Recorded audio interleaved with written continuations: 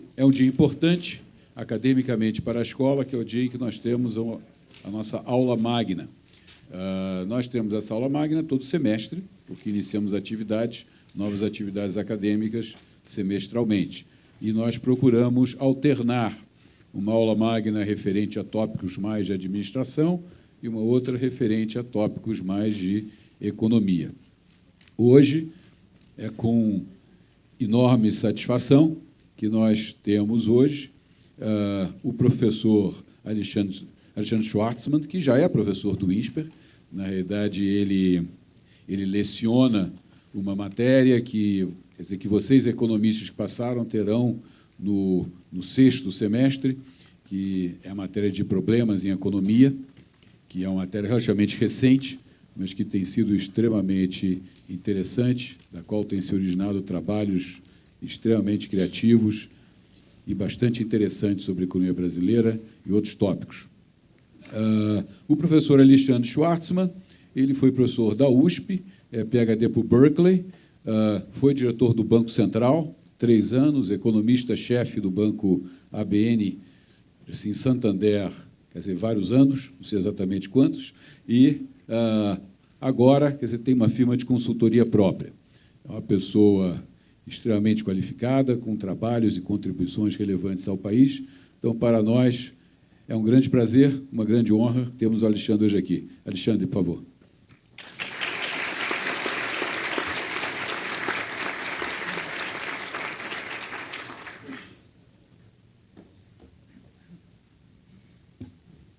Bom, boa tarde a todos. É uma honra ter sido escolhido para essa aula magna. Eu agradeço sinceramente a direção do INSPER, em particular ao Cláudio, a Carolina da Costa, a oportunidade de ser o primeiro professor a ter o prazer de dar, pelo menos formalmente, as boas-vindas à nova turma de alunos dessa escola. Sejam bem-vindos. É bem verdade, eu tenho que confessar que mais ou menos uns 30 segundos depois que eu aceitei o convite, eu comecei a me torturar sobre o que eu ia falar para vocês.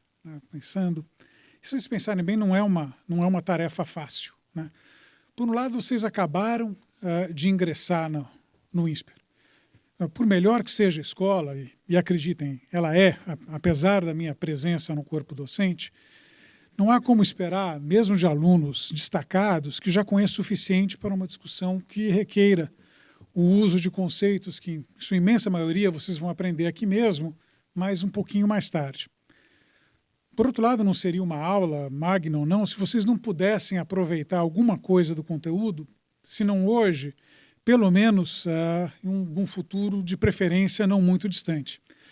Assim, o que eu resolvi tratar hoje é um assunto que finalmente está começando a dominar as manchetes dos jornais, apesar de um certo governismo atávico de alguns veículos da imprensa, a visível deterioração dos padrões de política econômica do país. Para tornar o assunto mais interessante para vocês, para a audiência de maneira geral, resolvi incluir também na apresentação de hoje algumas reflexões acerca do que o INSPER poderia fazer acerca desse problema. Então, é exatamente sobre isso que eu quero falar, mas quero aproveitar aqui para dar minha primeira contribuição à sua educação aqui. Então, vocês vão ter que, eventualmente, passar por uma situação como a minha, ter que vir em público, falar alguma coisa, e acho que a regra disso é mais ou menos o seguinte: a gente primeiro diz para o público o que a gente pretende falar, aí a gente disse aquilo que tem a dizer, depois a gente volta e diz para o público aquilo que nós acabamos de dizer. Então, deixa eu seguir mais ou menos esse roteiro, com alguns pequenos desvios, explicar para vocês o que eu pretendo fazer, qual que é o plano de voo aqui dessa apresentação. Quero primeiro começar examinando em grandes linhas o padrão de política econômica que vigorou no país, vamos dizer, mais ou menos de 1999, 2000 até 2008, com boa vontade, 2009, mas que foi sendo abandonado gradualmente desde então. Para quem segue o debate de política econômica nos jornais, trata-se do famoso tripé de política econômica, Ou seja, um regime de política que era caracterizado por uma taxa de câmbio flutuante, alguma disciplina do lado fiscal e um Banco Central comprometido com metas para a inflação. Eu vou, então, argumentar que esse arranjo foi fundamental no sentido de estabilizar a economia brasileira, tanto ao evitar que ela ficasse muito sujeita a flutuações bruscas de atividade econômica, crescimento exagerado em alguns períodos, seguido de baixo crescimento, né, como também ao promover uma taxa de inflação relativamente baixa e razoavelmente previsível, tudo isso contra um pano de fundo das contas externas brasileiras mais equilibradas do que no passado recente. Né? Em particular, eu quero argumentar que a adoção desse regime de política em 2003 contribuiu para reduzir os riscos da transição política e abrir o caminho para que o país pudesse colher bons resultados em face de uma situação internacional favorável, assim como de condições domésticas mais propícias à retomada do crescimento. Então, pretendo então deixar claro que, da forma como eu entendo o processo, não se trata de dizer que a aceleração do crescimento resultou da adoção desse regime. Como vocês vão ter oportunidade de ver de uma forma exaustiva ao longo dos seus cursos aqui, as relações entre causas e efeitos são temas de enorme dificuldade em economia e com implicações pelo menos tão sérias para os de vocês que forem se dedicar ao curso de administração. Eu quero argumentar aqui é que o tripé de política econômica foi uma condição necessária à retomada do crescimento, porque a estabilidade macroeconômica costuma afetar de forma negativa a capacidade de expansão sustentada da economia.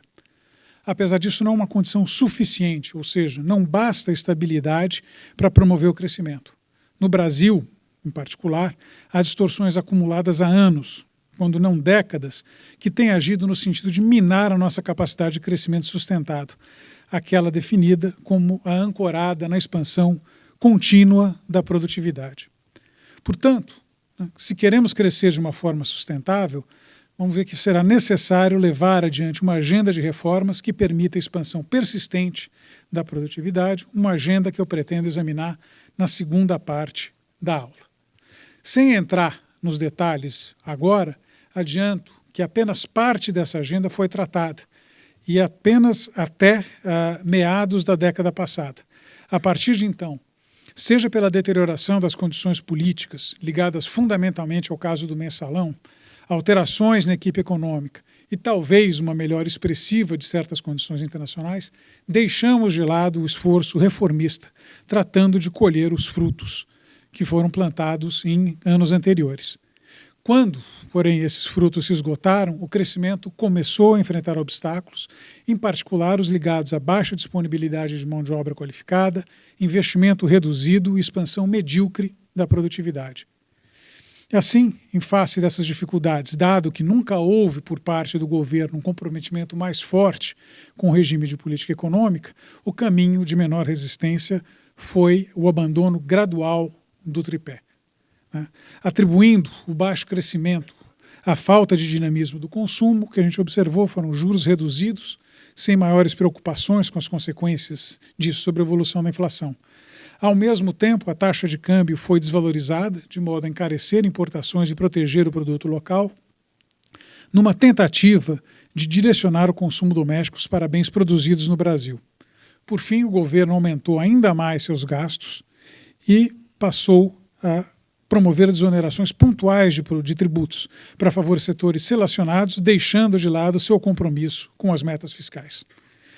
Como o diagnóstico do governo acerca da desaceleração se mostrou equivocado, a mudança do regime tem se mostrado incapaz de trazer o país de volta à expansão mais vigorosa observada na segunda metade da década passada. Por outro lado, corroeu de forma definitiva os alicerces da estabilidade duramente conquistada. Esse é o estado em que nós nos encontramos. Mais que causa da desaceleração, eu quero argumentar que o abandono do regime de política econômica parece ser consequência dela. Isso dito, independente da relação precisa entre causas e efeitos, a estabilidade da economia se encontra ameaçada. Já sobre o que o INSPER pode fazer a respeito disso, isso eu vou me desviar um pouco dos meus próprios conselhos, eu vou deixar para a sessão final, né? Deixa eu começar, então, com uma descrição do que era o tripé de política econômica, ou que foi o regime de política econômica que vigorou entre o final do século passado e a primeira década desse século, que ele pode ser caracterizado essencialmente por 3 pilares principais. Câmbio flutuante, né, que garante que as contas externas vão ficar sob responsabilidade da taxa de câmbio, né? Então, de maneira geral, quando as condições externas se tornam positivas, a oferta de dólares aumenta, derrubando o seu preço. Já quando as condições pioram, o dólar encarece, despertando assim movimentos de ajuste à situação menos favorável, por exemplo, reduzindo importações, estimulando exportações e barateando o investimento no Brasil. É por isso que eu digo, né, que sob esse regime, a responsabilidade das contas externas fica dada a taxa de câmbio. Em segundo lugar, o Banco Central assumia um compromisso de manter a inflação flutuando ao redor de uma meta definida para o governo. Para isso, foi garantida ao Banco Central a autonomia de instrumentos, não de objetivo, já que a meta de inflação é prerrogativa do governo. Isso é, o Comitê de Política Monetária, o Copom, decidia sobre a taxa de juros com o objetivo de manter a inflação ao redor de um valor determinado pelo governo. Simplificando muito a função do Banco Central, cabia a ele subir a taxa de juros quando a inflação se desviava para cima da meta, assim como reduzi-la quando a inflação se desviava da meta. Colocado em outras palavras, a inflação ficava sob responsabilidade do Banco Central, a quem cabia determinar a taxa de juros. Por fim, para garantir que os demais instrumentos de política monetária pudessem funcionar a contento, cabia ao Tesouro Nacional e aos tesouros estaduais a tarefa de manter o endividamento do governo sob controle, isto é, evitar que a dívida crescesse mais rápido do que a capacidade de pagamento do país, a exemplo do que ocorreu mais recentemente com a Grécia e há pouco mais de 10 anos com a Argentina. Então, havia, portanto, 3 objetivos de política econômica: equilíbrio nas contas externas, uma meta de inflação, uma dívida pública sob controle. E 3 instrumentos para fazer isso: a taxa de câmbio, a taxa de juros, a política fiscal. Como é que o país se saiu nesses quesitos? Então, vamos examinar, de uma forma bastante resumida, o que aconteceu no país desde então. O que a gente observa aqui é o déficit em conta corrente no país, vamos dizer, o resumo das transações globais do país com o resto do mundo. O que a gente observa é que, ao longo desse período, o déficit, que era bastante elevado, ele equivalia a alguma coisa da ordem de 5% do PIB, ele se transformou em algum momento em superávit. Mesmo quando ele voltou ao terreno negativo, ele passou a ser um déficit relativamente modesto, na casa de 2 a 2,5% do PIB. Do ponto de vista de inflação, o que a gente observa também é um certo, pelo menos durante ao longo de algum período, sucesso do Banco Central em trazer a inflação e mantê-la flutuando ao redor da meta. Isso não é o tempo inteiro, mas acontece, pelo menos a maior parte do tempo, até mais ou menos 2009, o Banco Central conseguiu fazer isso. E do ponto de vista de dívida, que a gente observa uma melhora expressiva na relação entre a dívida do governo e a renda nacional, a relação dívida-PIB. A gente vê ela numa trajetória de queda importante. Obviamente tem uma alteração nessa trajetória no período mais recente, eu quero examinar com um pouco mais de cuidado, mas acho que, como se pode ver, o desempenho nacional sobre esse regime foi bastante bom pela ótica daquilo que o regime se propunha. Déficits externos se reduziram significativamente para níveis considerados aceitáveis.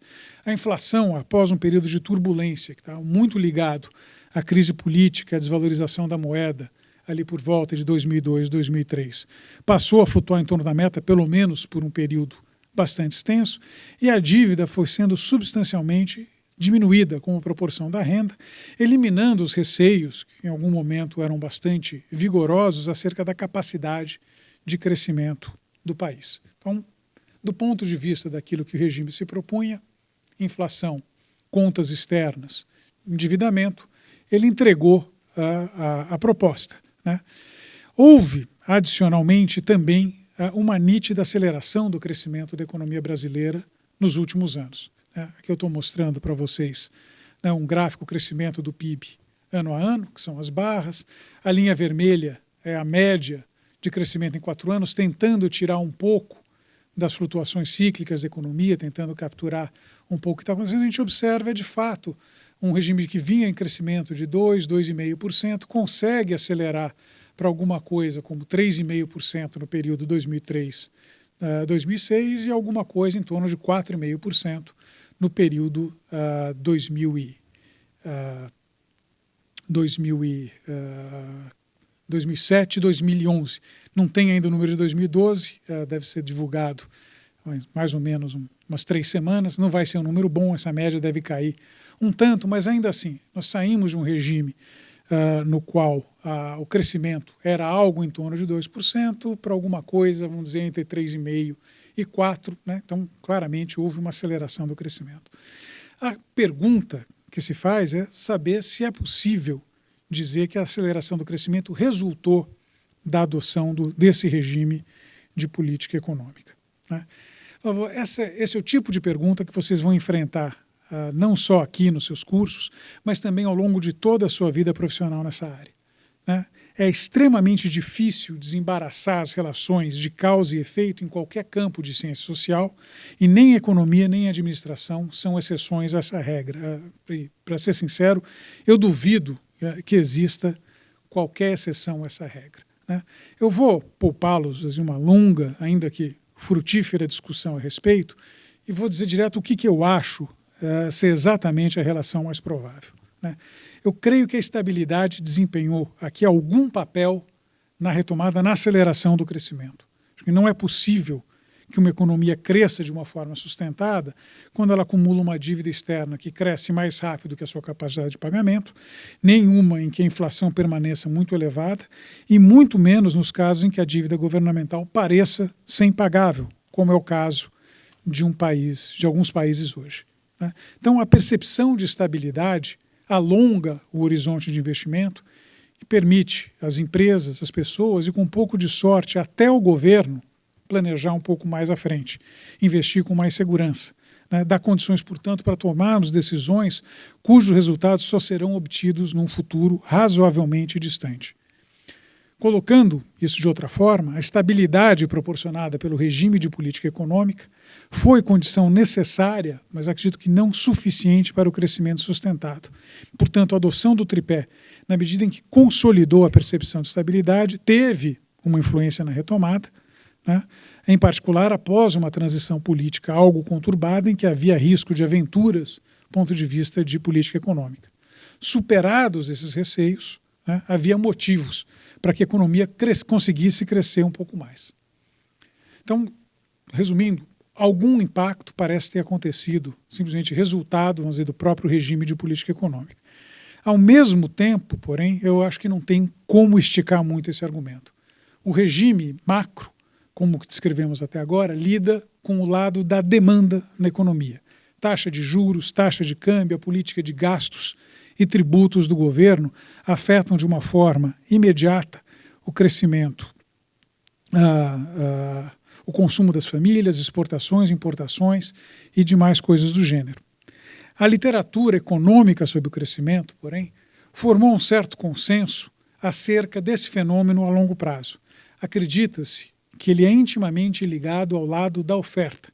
Isso é a capacidade de produção do país. Então, e do que depende a capacidade de produção do país? Bom, por um lado, depende de coisas que você pode acumular.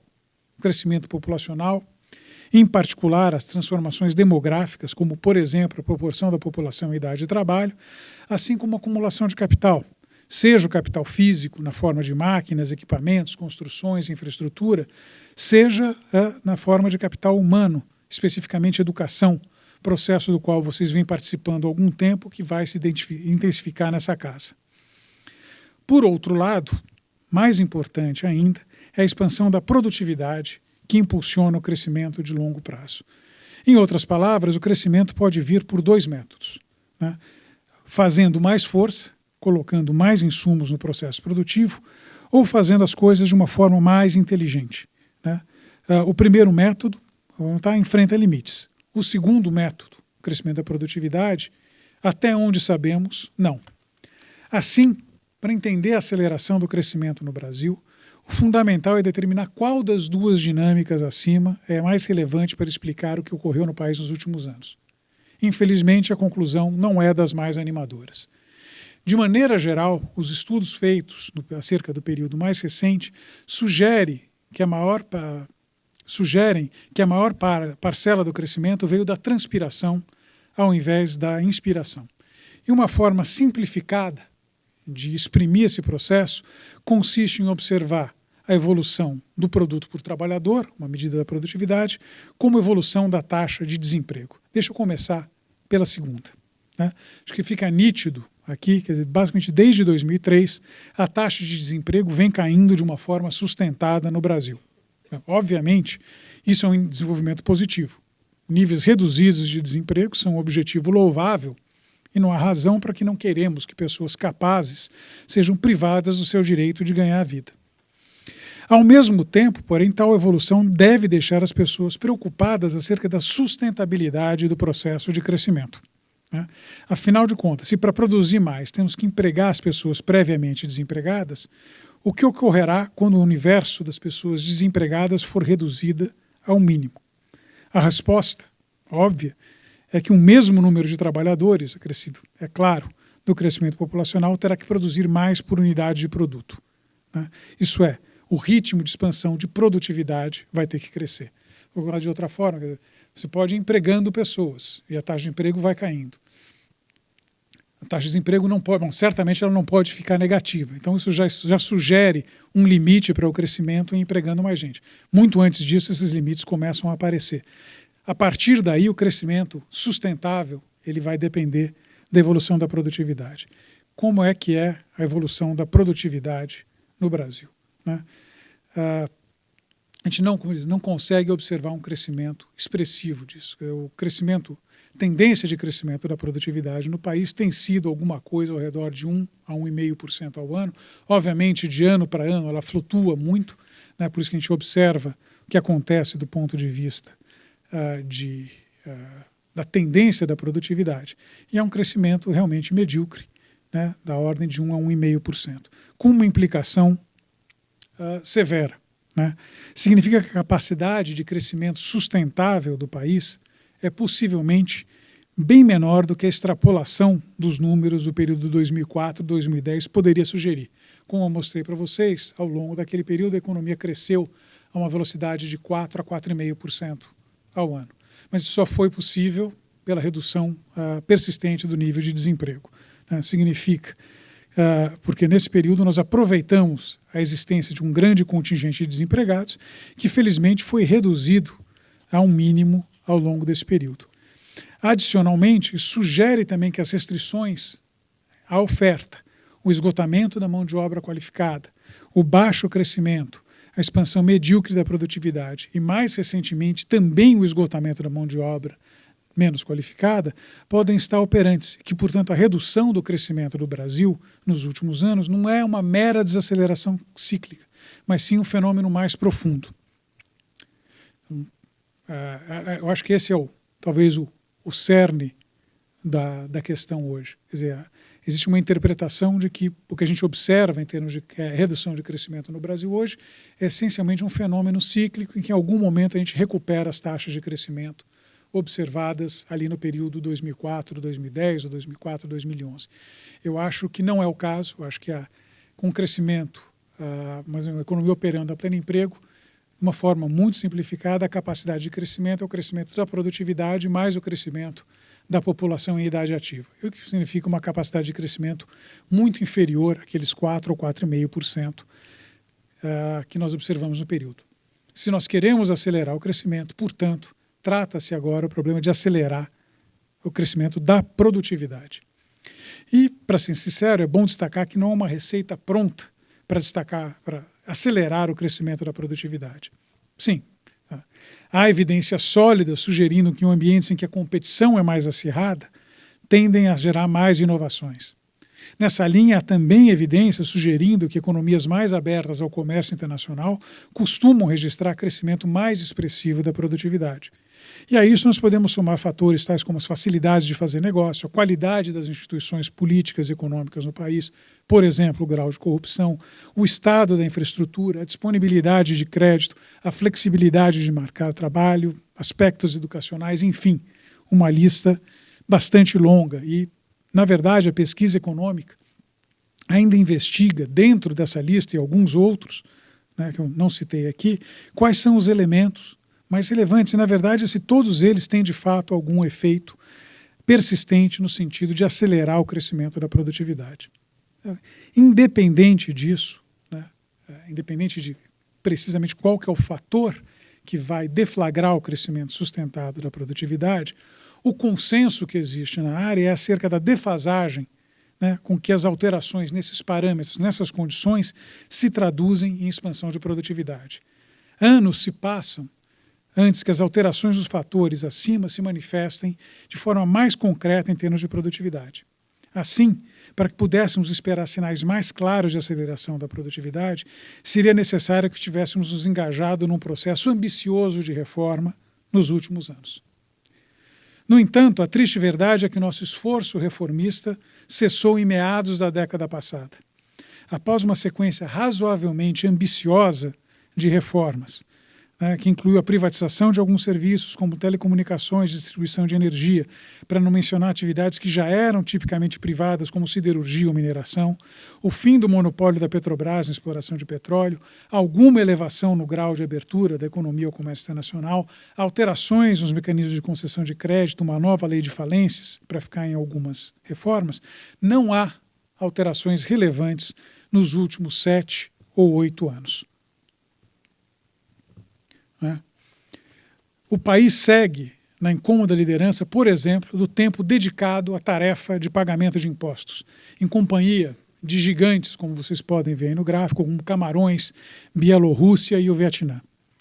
Mesmo visto sob uma perspectiva local, o Brasil perde feio dos demais países latino-americanos, assim como dos BRICS, né, os demais BRICS, no caso os RICS, a Rússia, Índia, China, né, para não mencionar os países da OCDE e do leste asiático. Então, o Brasil estima-se, né, que uma empresa ideal gaste o equivalente a 2.400 homens-hora ano simplesmente dedicadas à tarefa burocrática de pagamento de impostos, né? Ao contrário que a gente observa aí na OCDE, no leste asiático, alguma coisa na casa de 300, uma média ali na América Latina em torno de 500 homens-hora ano. Quer dizer, de fato, a gente está na companhia de países que talvez não fosse melhor estar, né? Todos esses gigantes que eu mencionei aqui não são países exatamente conhecidos pelo vigor das suas economias, nem pelo crescimento estrondoso que elas têm observado nos últimos anos. Apesar disso, não há expectativa sequer remota de uma reforma tributária que, mesmo sem reduzir significativamente os impostos, que hoje nós temos que reconhecer uma impossibilidade, conseguisse ao menos simplificar a nossa caótica estrutura tributária.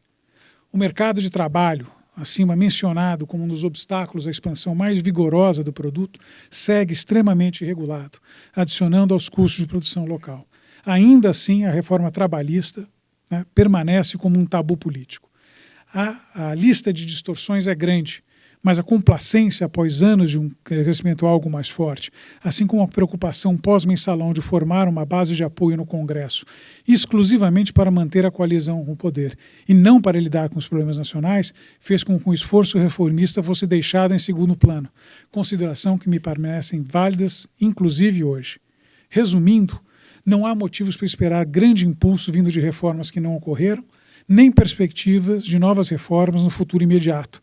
E a percepção de que, mesmo caso tais reformas venham a ocorrer, seus efeitos ainda demorariam muito tempo a se manifestar. Então, a conclusão é que o Brasil hoje cresce pouco por conta dos seus gargalos e pela abdicação do processo reformista praticamente desde 2005. Falar que essa, obviamente, não é a visão dominante, né, no governo brasileiro. Embora eu ouse dizer que um número crescente de economistas pareça endossar alguma versão dessa história que eu estou contando aqui. A perspectiva governamental, por outro lado, dá ênfase à desaceleração da demanda, né, em particular do consumo, como um fator determinante do pífio crescimento econômico no Brasil em 2011, 2012 e provavelmente 2013 também, né? Da mesma forma que se costuma dizer que os generais sempre lutam a última guerra, o governo parece que sempre reage à última crise, no caso a crise observada em 2008 e 2009. Ocorre que, se naquele momento a recessão, sem dúvida, resultava de uma queda de demanda, por conta da mais grave crise financeira internacional em 80 anos, a resposta hoje, a prevalecer a história que acabo de contar, é muito distinta. E a resposta de política econômica também deveria ser diferente. Não é o caso.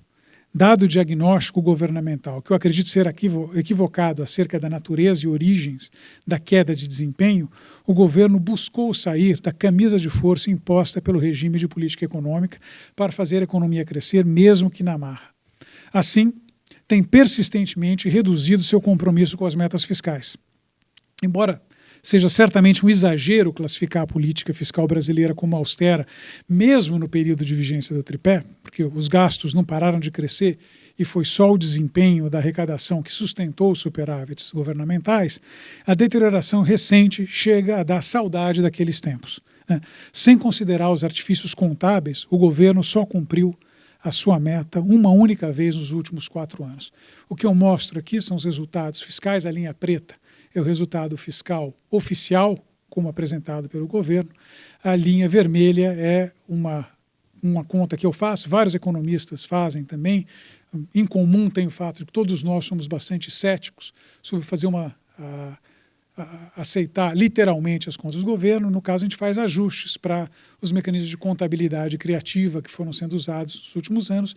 A gente observa nitidamente uma piora, uma deterioração clara da qualidade da política fiscal no país. Já a taxa de câmbio passou a ser manipulada de uma forma aberta. A parte da intervenção do governo por meio de compra e venda de dólares para estabilizar o preço do dólar em patamares que considera adequados, o governo recorreu a uma vasta gama de instrumentos, como tributos, regulamentos, etc., para o mesmo fim.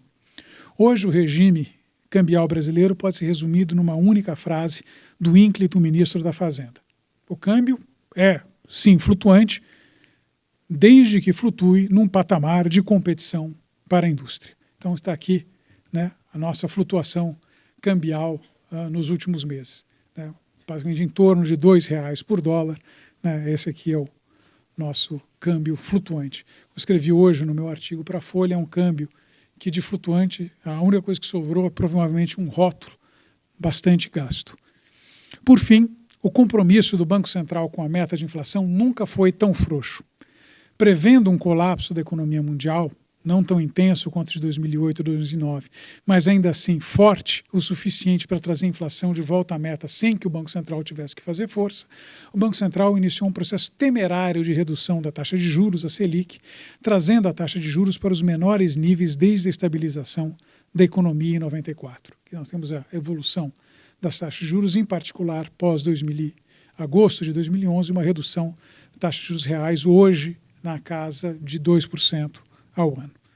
E o resultado dessa política tem sido uma taxa de inflação persistentemente acima da meta, com o Banco Central sempre prometendo a convergência da meta para o próximo ano ou anos, sem de fato tomar qualquer providência para que isso ocorra. E aqui está a evolução da meta da inflação. No caso aqui eu também apresento 2 formas, né? O IPCA, como ele era medido até 2011, né? Se não tivesse ocorrido a mudança no IPCA, nós teríamos hoje uma inflação superior ao teto da meta, 6,75% nos 12 meses até janeiro, né? Olhando já com os novos pesos, uma inflação que também está acima da meta, vamos lembrar, a meta é 4,5%, né? Não por acaso, né, o nosso eixo vertical começa em 4,5%, porque a inflação nesse período todo, né, em momento algum, esteve abaixo disso, ela já se encontra na casa de 6% disso. Então, os resultados, né, que nós observamos é que, apesar da adoção de um regime de política econômica bastante distinto daquele que vigorou no país, os resultados não são os esperados, pelo menos não os esperados por aqueles que defendiam exatamente esse tipo de medida como sendo a varinha de condão que faria despertar o crescimento no Brasil, faria crescer os espíritos animais e que teria uma taxa de câmbio que finalmente seria consistente com a expansão industrial, né? O crescimento continua baixo, né? Perspectivas um pouco melhores para esse ano, mas bem aquém dos objetivos governamentais. A inflação permanece elevada em aceleração e só não é pior em função de reduções pontuais de tributos sobre alguns preços relevantes. Exemplo mais recente, a gente vai observar nesse mês, redução de tributos sobre energia, vai dar algum fôlego, mas ainda assim são fenômenos pontuais. Obviamente, né, não necessariamente esses resultados, ainda que ruins, vão ser o julgamento final sobre o novo regime de política econômica, né? É tentador, e eu francamente acredito nisso, mas de qualquer forma, para ser honesto, é tentador associar a piora do desempenho do Brasil à adoção de uma nova política, né? Mas, na verdade, é uma questão bem mais complicada do ponto de vista da análise econômica, né, intimamente ligada à discussão que eu mencionei brevemente no começo dessa aula sobre causas e consequências, né? Questão mais difícil para determinarmos a efetividade de uma política qualquer, né, não pode ser respondida simplesmente pela comparação de como as coisas eram antes da adoção da política, né, com as que se tornaram depois da adoção da política. Isso soa bastante complicado e é bastante complicado. É um tipo de coisa que só vão desenvolver depois de algum tempo, treinamento em economistas, mas eu tenho um exemplo cotidiano que eu acredito vai ajudar a entender bem a dimensão do problema que eu estou me referindo, né? Trata-se de um dilema que todos nós enfrentamos no nosso dia a dia, em particular nós que vivemos em São Paulo ou em outras cidades que são conhecidas pelo seu trânsito complicado. Vamos dizer aqui, no meu exemplo, que eu tenha 2 caminhos alternativos para vir da minha casa para o INSPER. E quando eu vou sair de casa, eu não sei as condições de tráfego. Então, para fins de exemplo, vamos supor que eu escolha meu caminho tradicional, né, e demore 50 minutos para chegar ao INSPER, ao invés dos 20 minutos a que eu estou acostumado. Com isso, será que eu necessariamente deveria concluir que eu fiz uma má escolha? Não, né? Obviamente eu não posso saber responder isso sem saber quanto eu teria demorado a chegar se eu tivesse optado por um caminho alternativo. Eu podia ter demorado só 30 minutos, né? E nesse caso, de fato, a minha escolha pelo caminho tradicional teria sido uma péssima escolha e poderia ter demorado 90 minutos, né? E a minha escolha, mesmo demorando 50 minutos, seria uma escolha ótima, porque a alternativa conseguiria ser ainda pior. Então, meu critério para determinar se a minha escolha ou de caminho ou de política econômica ou é boa ou ruim é um critério razoavelmente óbvio. Eu tenho que comparar o resultado do caminho que eu escolhi com o resultado do que teria acontecido se eu tivesse escolhido uma alternativa, ou do ponto de vista do caminho no trânsito de São Paulo ou de política econômica. O problema com esse critério também é óbvio, né? Se eu escolhi o caminho tradicional, né, eu tenho que achar alguma forma de saber o que teria acontecido se eu tivesse escolhido a alternativa que eu não escolhi, né? Uma forma de eu fazer isso, meu desempenho, seria se eu tivesse comparar o meu desempenho no trânsito com aqueles que porventura tivessem feito o mesmo caminho alternativo, né? Mas mesmo que eles tivessem feito, eu teria que achar alguém que dirigisse de uma forma semelhante à minha, coisa que eu sinceramente espero que não, né, para bem do trânsito paulistano, né, um carro parecido, etc. Né? Então, eu precisaria fazer um experimento controlado com isso, o que é uma impossibilidade, né? Então, na impossibilidade de fazer o crescimento, um experimento controlado, né, como é a característica em algumas das ciências naturais, nós temos que recorrer a comparações, né, o desempenho de alguns motoristas semelhantes, tentando, de alguma forma, compensar as diferenças que possam existir entre esses economistas. No caso, não mais do trânsito, mas da comparação do crescimento brasileiro, né, nós podemos comparar, né, o Brasil a países que, a exemplo do Brasil, são exportadores líquidos de matérias-primas, commodities, e que, ao contrário do observado no Brasil, mantiveram intacto o seu regime de política econômica caracterizado por câmbio flutuante, metas para inflação e um compromisso com a disciplina fiscal, né? É uma amostra pequena, é uma amostra que, na verdade, na América Latina, quer dizer, com essas características, ser liquidamente um exportador de commodities e ter o mesmo regime de política econômica que nós tínhamos, limita-se ao caso de 3 países, Chile, Colômbia e Peru. Mas, mesmo sendo uma amostra limitada, ele ajuda a desembaraçar um pouco, sem ser a palavra final, os mecanismos de causa e efeito. Então, nós podemos comparar agora o Brasil, né, dirigindo por um caminho, com os motoristas semelhantes, ou pelo menos a média dos motoristas semelhantes, dirigindo pelo caminho alternativo. E o que a gente observa, bom, do ponto de vista de crescimento, né? O crescimento brasileiro se desacelerou, obviamente o crescimento desacelerou em 2011, 2012, em toda a América Latina, que eu estou olhando a média desses 3 países, né? Senão o gráfico ficaria ilegível, mas o que a gente vê é uma desaceleração bem mais forte do PIB brasileiro. Ponto de vista de inflação. Aqui eu estou olhando a inflação brasileira, não é exatamente a inflação, é o desvio da inflação relativamente à meta. Né? Como eu mencionei aqui no Brasil, a gente observa a inflação persistentemente acima da meta, portanto, né, a linha preta está sempre no quadrante positivo, a linha vermelha dos demais países, onde ela oscila, né, e mais recentemente já tem ficado em torno do zero, sugerindo que, em média, esses países têm conseguido controlar a inflação de uma forma melhor do que o país. Né? Incidentalmente, né, esses resultados, né, colocam em sérias dificuldades o diagnóstico do Banco Central acerca das dificuldades externas que têm sido recorridas como explicação para o mau desempenho brasileiro. De fato, né, se foi a desaceleração da economia global que levou à desaceleração no Brasil, justificando do ponto de vista do Banco Central a redução de juros, como explicar que países de características semelhantes tenham navegado essa crise de uma forma muito mais suave do que o Brasil? De uma forma equivalente, né, se a aceleração da inflação foi resultado, como argumentado pelo Banco Central, de uma elevação de preços internacionais de commodities causados por uma seca nos Estados Unidos, como explicar que a taxa de inflação no Brasil é muito mais alta, ser muito mais alta do que nesses países. Com isso, a evidência ainda é pior para o caso do Brasil, porque eu não estou comparando os níveis absolutos de inflação, eu estou comparando o desvio da inflação relativamente à meta, e todos esses países têm metas de inflação menores do que a nossa.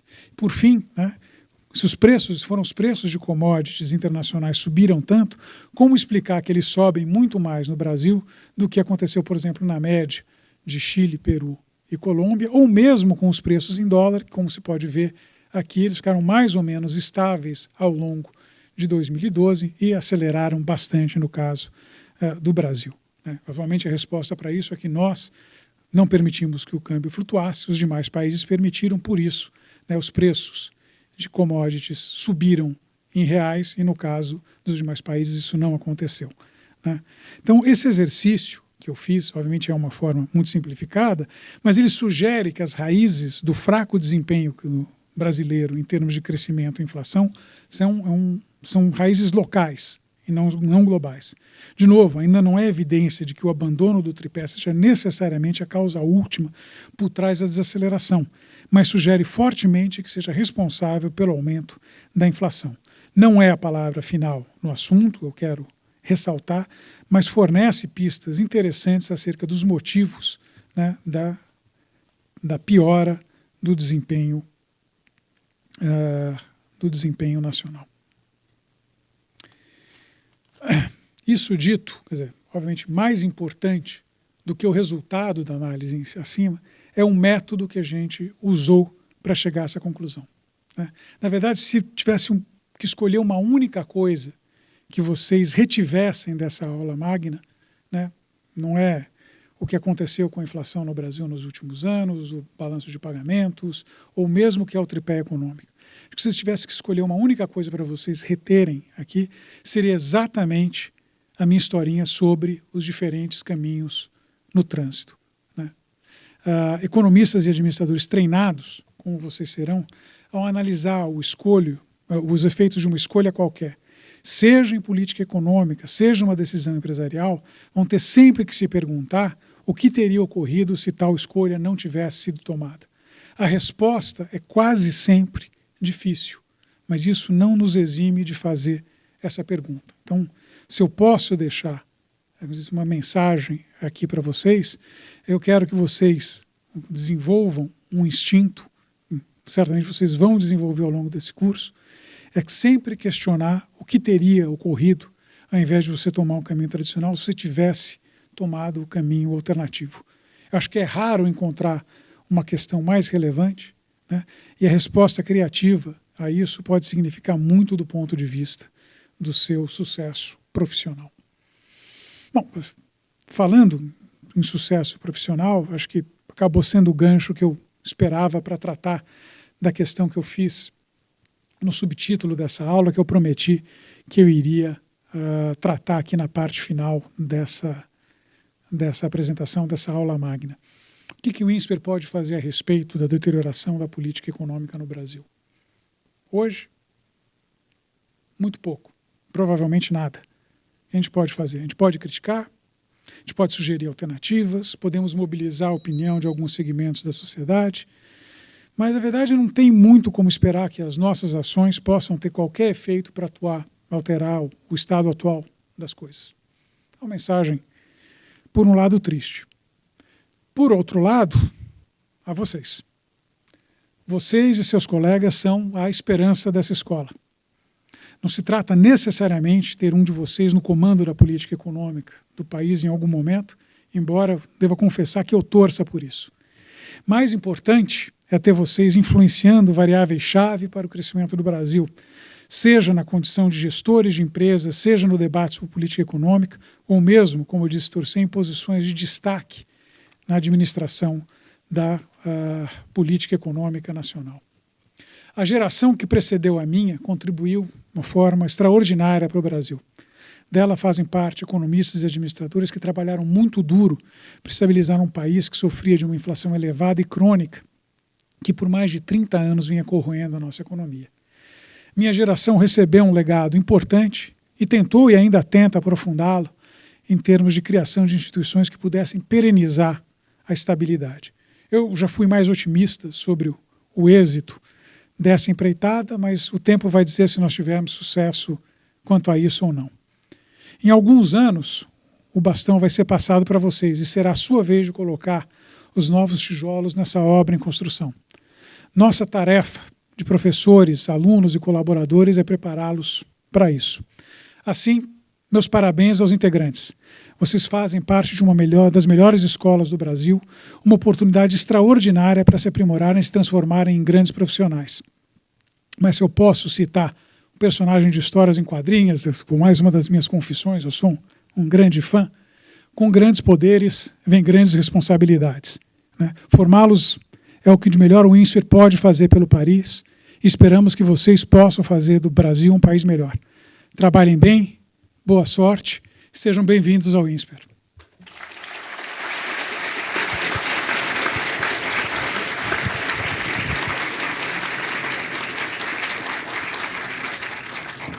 Eu deveria ter feito esse anúncio no começo, eu esqueci, mas tem os microfones que tentam espaço para perguntas, fiquem à vontade, né, para perguntar alguma coisa. Enfim, o que tiver na minha capacidade eu tento responder.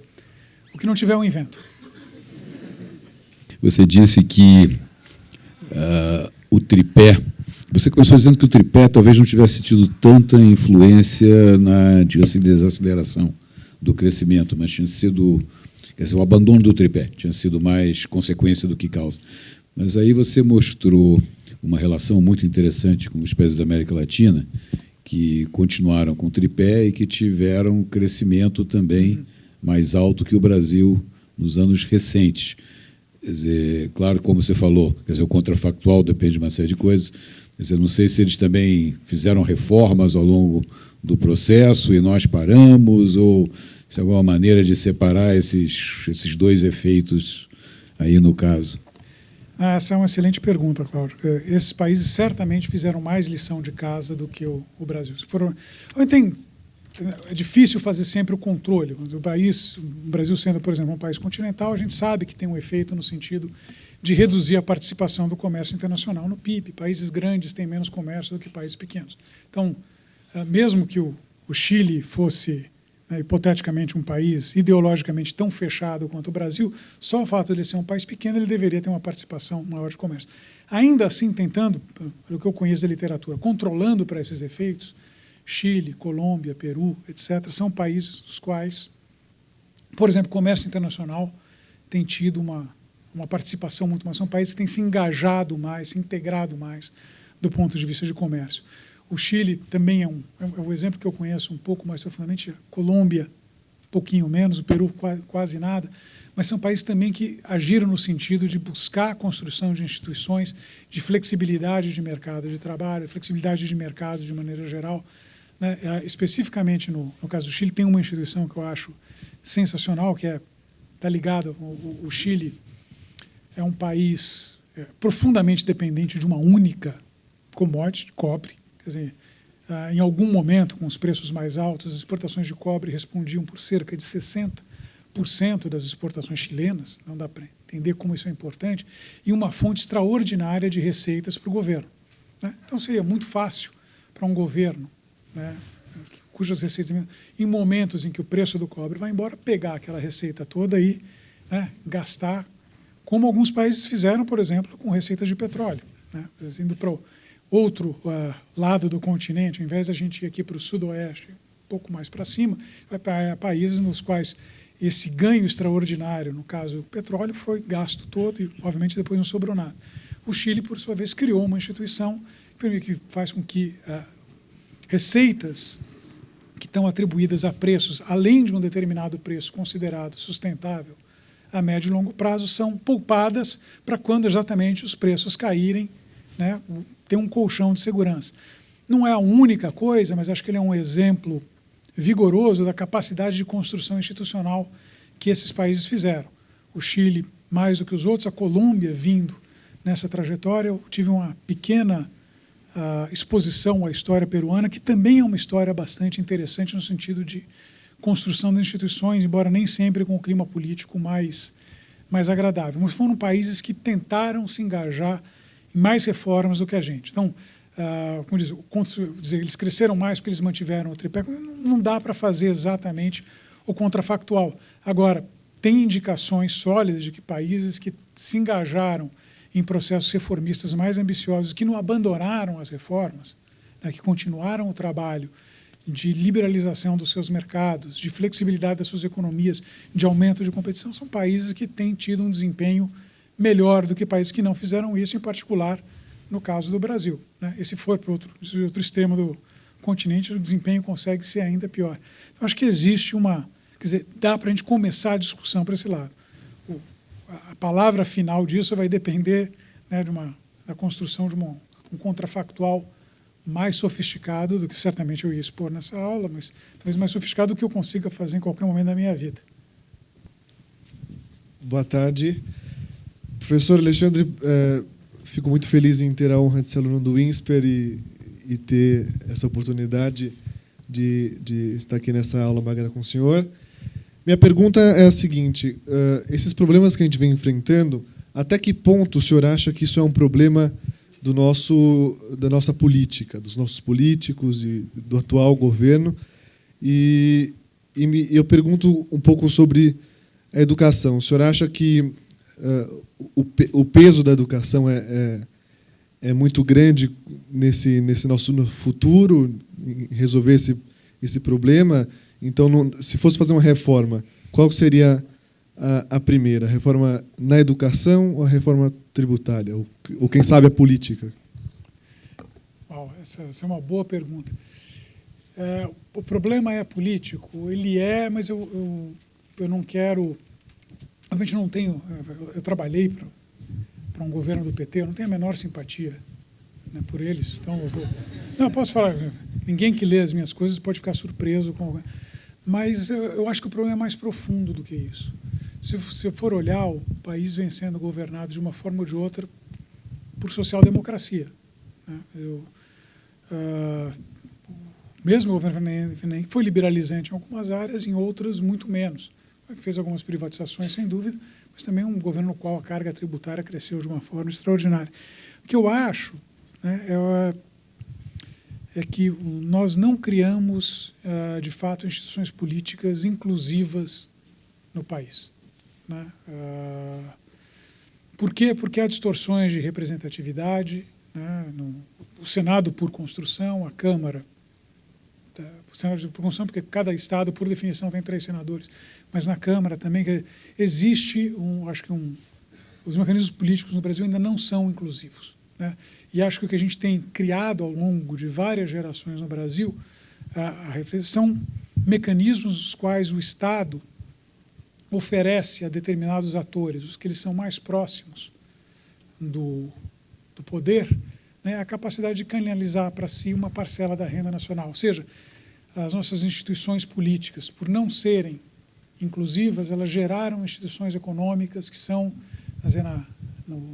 na definição do Acemoglu, extrativistas. É mais interessante para uma parcela do empresariado nacional conseguir obter coisas. Por exemplo, no passado eram licenças, hoje em dia tem mecanismos um pouco mais sutis disso, mas basicamente de alguma forma obter algo de proteção, alguma maneira de extrair renda do resto da sociedade para si. E com isso rebaixa o ímpeto inovador, o ímpeto de crescimento de produtividade. Acho que não é por acaso que nós temos uma economia que é fechada, uma economia na qual a competição nunca foi um fator determinante. Acho que a sociedade brasileira ou prefere isso, ou se ela não prefere isso, ela está impedida de manifestar exatamente o que ela quer, né?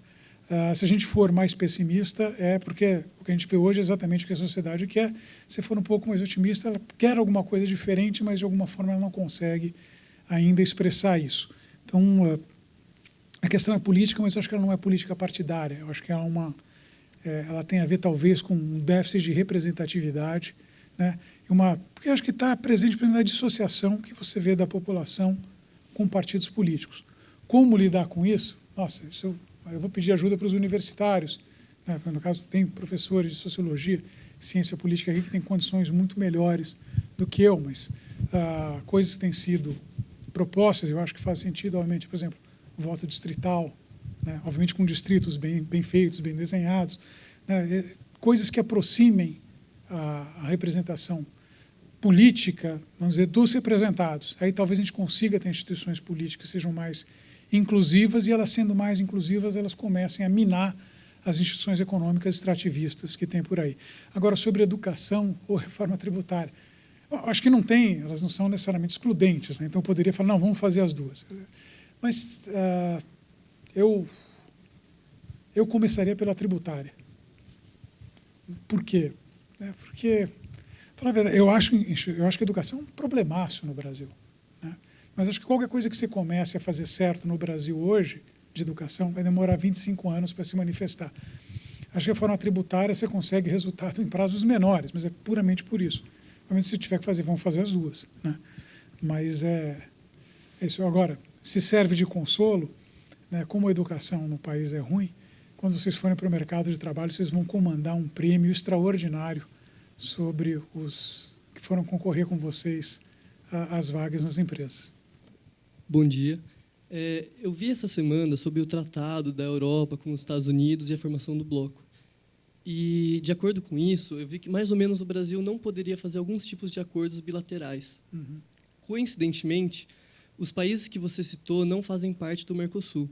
Eu queria saber se o Mercosul seria algum problema, hoje em dia, na condução econômica do Brasil, principalmente em relação a esses tratados bilaterais. Eu acho que hoje o Mercosul é mais uma obra de ficção.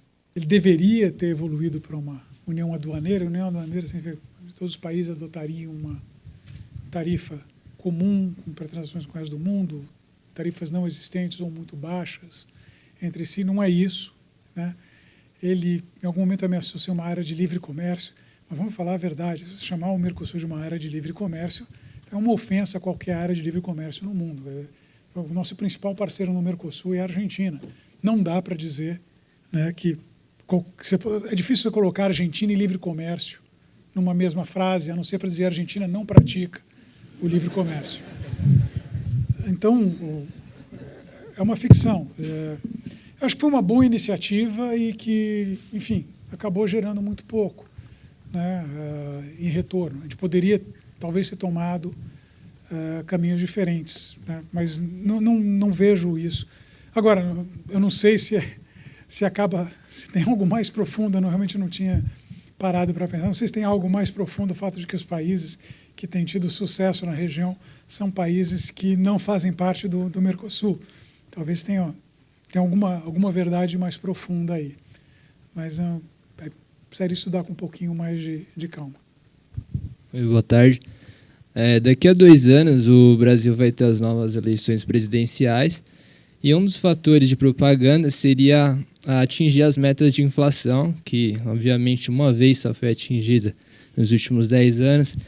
Eu gostaria de saber que, também, recentemente, notícias mostram que o Banco Central aponta pela busca pelo aumento da taxa de juros como forma de reduzir essa inflação. Então, no curto prazo, quais são as políticas que possam ser tomadas para tentar reduzir não somente a taxa de inflação, quanto essa disparidade do desemprego continuar caindo, sendo que com a queda do desemprego, obviamente, pode ter alguma relação com o futuro aumento da inflação? Esse é o dilema de política econômica hoje, né? Mas acho que a questão principal, tem que começar, dar um passo para trás. Quais são, de fato, as metas do governo hoje? A inflação na meta de inflação é 4,5%, né? Tem inflação em 4,5% hoje é uma prioridade? Não. Tanto não é uma prioridade que basicamente não está na meta nos últimos 3 anos e provavelmente não estará na meta nos próximos 3. Isso eu estou sendo generoso. Então, eu gostaria muito de viver num mundo em que desvios da inflação com relação à meta fossem um problema político, assim, a ponto da população punir exemplarmente aqueles dirigentes que deixam a inflação escapar da meta.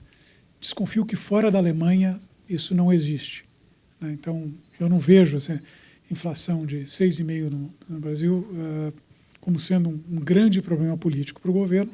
Por outro lado, apresentar a taxa de juros baixa como um feito político, uma coisa que talvez até acabe garimpando alguns votos, inclusive porque não tem essa visão tão clara de uma coisa com outra. Agora, se fosse para lidar com a questão inflacionária propriamente dita, aí vamos entregar a inflação na meta, não tem escapatória. O Banco Central teria que subir a taxa de juros, teria que desacelerar a demanda, teria que fazer o desemprego subir, porque essa aceleração inflacionária está fundamentalmente ligada ao estado do mercado de trabalho hoje, né? A taxa de desemprego está nos menores níveis da história, salários vêm crescendo na comparação ano contra ano a ritmo de 9%, 10% ao ano, né? A produtividade, como eu mostrei para vocês, cresce muito menos do que isso. Então, se você paga 10% a mais para um fulano e ele não produz 10% a mais, não tem jeito. O custo daquilo subiu, né? E isso vai ser repassado, e está sendo repassado. Onde dá para ser repassado, setor de serviços em particular, a gente observa, né, o repasse. Então, obviamente, teria que buscar uma dinâmica muito diferente para controlar, trazer a inflação para a meta. E se houve uma janela de oportunidade para fazer isso, foi em 2011, que eles começaram a fazer, né? Então, era o momento para você atacar a inflação, trazer a inflação para a meta, ancorar expectativas e, a partir daí, tentar lidar. Foi uma estratégia, eu não vou dizer que foi perfeita, mas que funcionou razoavelmente bem, se for olhar no período 2003 até 2008, mais ou menos. Não foi, por exemplo, incongruente com uma aceleração do crescimento, por mais que falasse. O Banco Central primeiro ancorou as expectativas, levamos, né, usar outra palavra, mas fomos severamente criticados, mas a grande verdade é a seguinte: depois a gente conseguiu, com a inflação na meta, acelerar o crescimento e trazer a taxa de juros para baixo. Aquela janela de oportunidade passou, porque hoje em dia, quer dizer, a eleição é daqui a 2 anos. Um governo vai se engajar num programa sério de trazer a inflação de 6,5% para 4,5%, sem que isso traga um grande retorno eleitoral, às custas de um forte aumento do desemprego, que sim, pode custar bastante do ponto de vista eleitoral daqui a 2 anos, acho que a economia política disso aí é tranquilo, né? Ninguém vai fazer isso. Ninguém vai fazer isso, nem o governo brasileiro, né? Então, eu não vejo a menor chance do Banco Central se engajar num programa sério de trazer a inflação de convergência para a meta. Quer dizer que ele não vai subir juro? Eu continuo cético, mas não é impossível que ele suba. Só acho que se ele um dia fizer, não vai ser o suficiente para trazer a inflação para a meta. Eu disse, para trazer a inflação, ele teria que fazer muito mais força, inclusive teria que custar muito mais do ponto de vista de desemprego do que esse governo está disposto a pagar, né? Então, como não é um Banco Central independente, né, não estamos falando do Paul Volcker aqui, que fez o que fez, que ele jogou o desemprego nos Estados Unidos para cima de 10%, para trazer a inflação para baixo, porque, afinal de contas, ele não tinha a menor preocupação em reeleger o Carter ou o Reagan ou quem quer que fosse, né? Mas não é o caso aqui, né? Aqui é um modelo bem diferente. Gente, então, eu não vou interromper a aula de vocês, espero que vocês tenham conseguido almoçar. Tá? Então, de novo, bem-vindos, boa sorte. Tá? Espero que encontrar vocês no meu curso daqui a alguns semestres. Tá? Parabéns para vocês.